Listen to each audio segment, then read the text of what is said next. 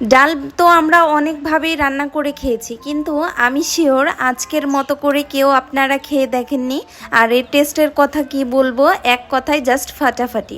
ফার্স্টেই আমি হাফ কাপের মতো মসুর ডাল নিয়েছি, ভালো করে ক্লিন করে আমি সিদ্ধ হওয়ার জন্য দিয়ে দিয়েছি। আর এখানে বড় সাইজের একটা আলু আমি এভাবে করে কেটে নিয়েছি। আপনারা আলুর সাথে অন্য যে কোনো সবজিও ইউজ করতে পারেন। ডালটা যখন হাফ সিদ্ধ হয়ে যাবে তখন একটা ডাল ঘুটনি দিয়ে আমি হালকা করে একটু ম্যাশ করে নেব। সম্পূর্ণ আমি করব না, জাস্ট হালকা করে নিব। এখন সেই আলু আর কিছুটা পরিমাণ কাঁচামরিচ কুচি আমি দিয়ে দিচ্ছি, যাতে আলুটাও সিদ্ধ হয়ে যায়, ডালটাও সিদ্ধ হয়ে যায়। আমি ঢাকনা দিয়ে আরও কিছুক্ষণ সিদ্ধ করে নিয়েছি। দেখুন এ পর্যায়ে আছে, আমি ডালটা একদমই ম্যাশ করব না।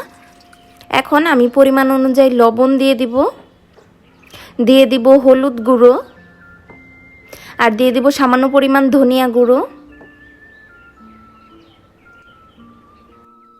এখন ভালোভাবে সব কিছু মিক্স করে নিয়েছি। ভালোভাবে সব কিছু মিক্স করার পর আমি একটু পানি দিয়ে দিচ্ছি, যাতে আলুটা আরও ভালোভাবে সেদ্ধ হয়, ডালটাও সেদ্ধ হয়ে যায়, আর থিকনেসটা একটু ব্যালেন্সে থাকে। আমি একদম ঠিক কনসিস্টেন্সির মতো করব না, জাস্ট একটু ঘন টাইপের করব। এখন আমি ধনিয়া পাতার জন্য আমি চলে আসছি, আমি একদম ফ্রেশ ধনিয়া পাতায় উঠাচ্ছি। এগুলো আমি লাগিয়েছিলাম বারান্দায়, আমার এই কয়েকটা হলেই হয়ে যাবে। এখন অন্য একটা প্যানে আমি দিয়ে দিচ্ছি তেল গরম হতে, আর নিয়েছি অনেকগুলো রসুন কুচি, পেঁয়াজ কুচি, আর নিয়েছি শুকনা মরিচ, তেজপাতা, আর একটা নিয়েছি এলাচ। এগুলো ভালো করে আমি ব্রাউন করে ভেজে নেব। আমি যেহেতু আগে পেঁয়াজ ইউজ করিনি, এর জন্য পেঁয়াজ রসুনের পরিমাণটা অনেকটা দিয়েছি। আর এখন সামান্য পরিমাণ পাঁচফোড়ন আর দিচ্ছি আস্ত জিরে। দেখুন আমার ডালটা এরকম আছে। আমি এখন সব কিছু ভালোভাবে ভেজে বাগারটা দিয়ে নিব, আর একটু ব্রাউন কালার করে নিব। এই তো আমার হয়ে গিয়েছে। এখন আমি ডালটা এখানে দিয়ে নিব, বাকি ডালের সাথেও ভালো করে মিক্স করে নিচ্ছি।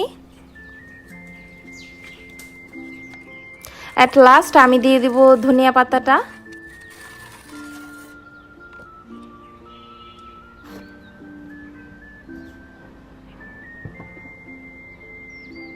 আর দিয়ে দিব সামান্য পরিমাণ ভাজা জিরের গুঁড়ো, এতে করে ফ্লেভারটা অনেক সুন্দর আসে।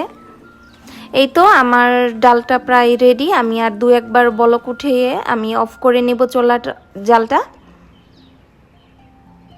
এই ডাল ভুনাটা আপনারা যে কোনো কিছু দিয়েই খেতে পারেন, মুড়ির সাথেও খেতে পারেন, রুটি বা পরোটার সাথে তো এটা একদম বেস্ট কম্বো।